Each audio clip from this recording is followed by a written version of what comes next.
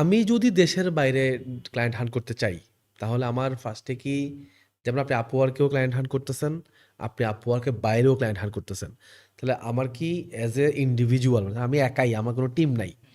So আমার কি এখন আপওয়ার্কে যাওয়া উচিত, না আমি আপওয়ার্কের বাইরে ট্রাই করা উচিত? আচ্ছা। ক্ষেত্রে যেটা উচিত ২ টা জায়গায় ট্রাই করা উচিত। কারণ time equal value, time equal money, value equal money, value equal time. So সময় নষ্ট করা যাবে না। আপনি প্রতিদিন ১ ঘন্টা Upwork এ টাইম দেন। প্রতিদিন ১ ঘন্টা আপনি LinkedIn এ টাইম দেন।